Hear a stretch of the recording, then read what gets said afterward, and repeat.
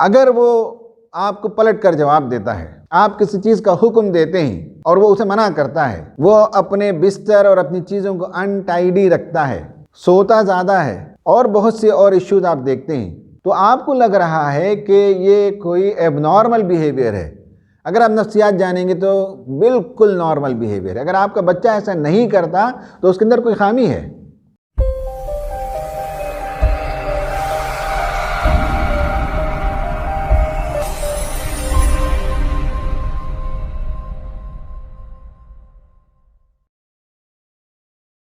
बिस्मिल्लाहिर्रहमानिर्रहीम। नाज़रीन,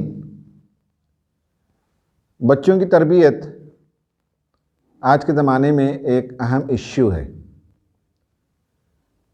कभी कभी माएँ ये कहती हैं कि हम तो बड़ी आसानी से पल गए, हमारे माँ बाप को इन सारी चीज़ों को सीखने की ज़रूरत नहीं थी, वो एक आंख दिखाते तो हम खामोश हो जाते थे। लेकिन आज हमारे बच्चे डिफरेंटली क्यों बिहेव करते हैं, ये सवाल करते हैं। इस सवाल का जवाब ये है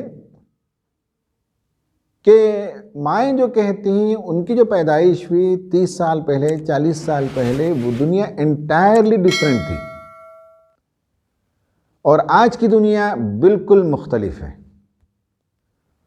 और बच्चों पर अतराफ की दुनिया का इम्पैक्ट होता है।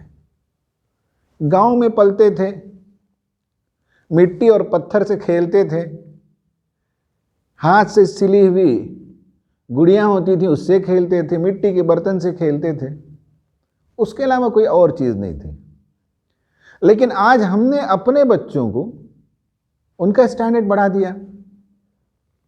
हम चाहते हैं कि सबसे बेहतरीन स्कूल में उनकी तालीम हो, और आपको अंदाज़ा नहीं कि जिस स्कूल में वो तालीम पा रहे हैं तो वहाँ तो ऐसे बच्चे पढ़ रहे हैं जो रोज़ का 1-1 हज़ार रुपये पॉकेट मनी ले आ रहे हैं। आप महीने भर में 1,000 रुपये नहीं दे सकते, जो बिल्कुल हाईफाई क्लास के हैं, जिनके पास छोटी उम्र के बच्चे हैं, अपना अपना गैजेट पाया जाता है। तो हमने तो चाहा कि अपने बच्चों को बड़े स्कूलों में भेजें, उसका इम्पैक्ट लेकर आएंगे। टेक्नोलॉजी ने इम्पैक्ट किया। हमारे बच्चे कॉमिक्स पढ़ते हैं, लाइब्रेरी में जो किताबें पढ़ते हैं, जिन उमूर पर उनके स्कूलों में बहस होती है, वो एंटायरली डिफरेंट है हमारे बचपन से। तो इसके नतीजे में हमारे लिए एज पेरेंट्स जिम्मेदारी बढ़ जाती है कि आज के ज़माने ने हमारे बच्चों पर जो इम्पैक्ट किया है उसको सामने रखते हुए हम कैसे तरबियत करें। तो पहले ये नुक्ता समझ लें कि ज़माने का इम्पैक्ट बच्चों पर होता है, और आज के ज़माने में डिजिटल वर्ल्ड में हर चीज़ आने वाहिद में उनके हथेली में है। तो ऐसे ज़माने के बच्चों की तरबियत के लिए माँ बाप के अंदर भी सलाहियत में इजाफ़ा होना चाहिए। दूसरी बात वो ये समझें हम कि बच्चों की उम्र की अलग अलग नफ्सियात हैं, उन नफ्सियात से वाकिफ़ियत होनी चाहिए। उस उम्र में बच्चे वैसे ही बिहेव करते हैं, उनका कॉग्निटिव डेवलपमेंट का एक लेवल होता है, उनके लैंग्वेज और उनकी वोकैबुलरी का एक लेवल होता है। वो बच्चे मान लें कि नफ्सियात में कहा जाता है कि 0 से 7 साल ये एक इम्पॉर्टेंट एज है, इसकी सलाहियतें, इनके मसाइल अलग हैं। 7 से 14 इनमें सलाहियतें अलग होती हैं, इनके मसाइल अलग होते हैं। 14 से 21 इनमें कुछ और सलाहियतें पैदा होती हैं, इनमें कुछ और मसाइल होते हैं। अगर माँ बाप को इसका इदराक ना हो तो परेशानी होती है, अगर इदराक हो तो परेशानी नहीं होती। मिसाल के तौर पर 14 से 21 की उम्र का आपके पास बच्चा है, अगर वो आपको पलट कर जवाब देता है, आप किसी चीज़ का हुक्म देते हैं और वो उसे मना करता है, वो अपने बिस्तर और अपनी चीज़ों को अनटाइडी रखता है, सोता ज़्यादा है और बहुत से और इश्यूज आप देखते हैं, तो आपको लग रहा है कि ये कोई एबनॉर्मल बिहेवियर है। अगर आप नफ्सियात जानेंगे तो बिल्कुल नॉर्मल बिहेवियर है। अगर आपका बच्चा ऐसा नहीं करता तो उसके अंदर कोई खामी है। वो एज ही है जिसके बारे में माहिरीन नफ्सियात ने लिखा है कि एंटी एज, जो आप कहेंगे उसके खिलाफ बोलेंगे। अगर ये एंटी जो तसव्वुर है, अगर ये ना होता तो दुनिया में कोई नई चीज़ ईजाद नहीं होती। यही तो इंसान के इख्तलाफ करता, नहीं ये दवा सही नहीं है, जब वो उसका एंटी होता है, उसे तस्लीम नहीं करता, तो एक नई दवा ईजाद करता है। ये एजुकेशन सिस्टम सही नहीं है, जब वो बच्चा क्वेश्चन करता है तो आगे चलकर एक नया एजुकेशनल सिस्टम डेवलप करता है। अल्लाह ताला ने ज़रूरत के तहत रखा है। अलबत्ता ये है, माँ बाप की मोहब्बत, माँ बाप का एहतराम, अखलाकी तालीम अगर हो तो वो माँ बाप के ख़िलाफ़ एंटी नहीं होगा, दुनिया के इश्यूज़ पर होगा, एजुकेशन सिस्टम पर होगा, टैक्स सिस्टम पर हो सकता है, दुनिया की किसी और चीज़ पर हो सकता है, वो एंटी होगा, अनोखे तरीके से सोचेगा। तो अगर आपका बच्चा एंटी नहीं सोचता तो एबनॉर्मल है। नॉर्मल तो ये है कि जब उसके सामने कोई बात आए तो वो डिफरेंटली सोचेगा।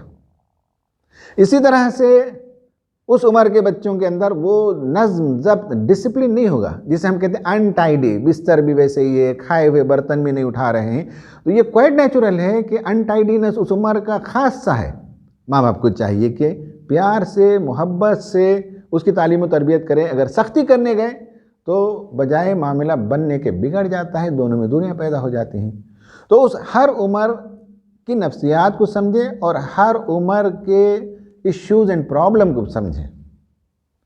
0 से 7 साल का बच्चा अपने स्कूल से कोई अच्छी चीज़ उठा कर लाएगा, उसके वोकैबुलरी में चोरी नाम की कोई चीज़ नहीं, ये अखलाकी हिस्स डेवलप ही नहीं होता। जिसे हम कहते हैं भाई ये बच्चा चोर है, स्कूल से पेंसिल चुरा कर लाया, नहीं, चुरा कर नहीं लाया, वो समझता है कि क्लास में जो सबसे अच्छी चीज़ है वो मेरे पास होनी चाहिए, उठा के ले आता है, चोरी नहीं है।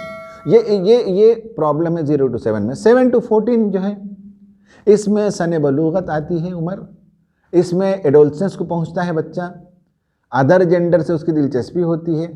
तो ये इस उम्र का इश्यू है, इसमें बहुत एहतियात से बच्चों को जेंडर रिलेशनशिप सिखा देना चाहिए। घर में कजिन्स भी आते हैं, पड़ोस के रिश्तेदार भी होते हैं, पड़ोस के लोग भी होते हैं, रिश्तेदार भी होते हैं। तो जेंडर रिलेशनशिप क्या होना चाहिए हमें सिखाना है। 14 से जो 21 है, इस उम्र में मैंने कहा कि एकदम drastic change, thought process change होता है। बुरे बच्चे अच्छे हो जाते हैं, अच्छे बच्चे बिगड़ जाते हैं। कहते हैं भाई नमाज का इतना पाबंद था, माँ बाप को आकर उठाता था नमाज के लिए, आज क्या हो गया मेरे बच्चे को। भाई इस उम्र में चेंज आता है, आइडियाज़ में, थॉट में, वर्ल्ड व्यू में चेंज आता है। अगर आपने रोज़ अव्वल से, पैदाइश से लेकर इस उम्र तक, जब तक बच्चे आपके पास पलते हैं, कम्युनिकेशन कम्युनिकेशन कम्युनिकेशन ये फार्मूला है, बातें बातें बातें करते रहें, प्यार की बातें, मोहब्बत की बातें, कहानियाँ, वाक़यात, ख़ानदान के हालात। कम्युनिकेशन चैनल जब तक माँ बाप और बच्चों के दरमियान मरबूत रहेगा तब तक तरबियत और इस्लाह आसानी से होती है। कम्युनिकेशन चैनल जहाँ डिस्टर्ब हुआ वहाँ तरबियत का मामला ख़राब हो जाता है। तो माँ बाप को चाहिए कि अपने बच्चों की तरबियत पर तवज्जो दें, उम्र के लिहाज से नफ्सियात को समझें, हर उम्र के फितने को समझें और कम्युनिकेशन के चैनल को हमेशा बनाए रखें। तो लिहाजा माँ बाप को चाहिए कि अपने बच्चों के बास बैड बिहेवियर से दिल बर्दाश्त न हो जाएं। वक्ती होता है, आर्जी होता है, उस उम्र के कुछ इश्यूज़ होते हैं। प्यार और मोहब्बत से अगर हम संभाल कर चलेंगे तो आगे चलकर ये बच्चे हमारी आंखों का नूर बनते हैं, हमारे दिलों का सुरूर बनते हैं, हमारी नाक ऊंची करने वाले बनते हैं, बुढ़ापे का सहारा बनते हैं, हमारी कब्र के चिराग बनेंगे और हमारे लिए मरने के बाद बुलंदी दर्जात का सबब बनेंगे। तो हमारी निगाह दूर तक हो कि ये हमारा कैपिटल है, यह हमारा सरमाया है जिसे हम तैयार कर रहे हैं। इसलिए वक्ती तौर पर अगर किसी मामले में तकलीफ़ भी हो, दिल शिकनी भी हो, तो आला ज़रफ़ी के साथ, उसत क़ल्बी के साथ, बड़े दिल के साथ, पेरेंट होने के नाते बच्चों के साथ कभी बुरा बर्ताव ना हो, कभी गालम गलोज ना हो, कभी उनके लिए बद्दुआ ना करें, हमेशा उनके लिए दुआ करते रहें, इसलिए कि वो हमारी दुनिया भी हैं, हमारी आखिरत भी हैं। अल्लाह ताला से दुआ है कि अल्लाह ताला हमारे बच्चों को हमारे लिए दुनिया और आखिरत दोनों में हमारे लिए दर्जात की बुलंदी का सबब बनाए, हमारी आँखों का नूर बनाए, हमारी तरक्की का बाइस बनाए। आमीन।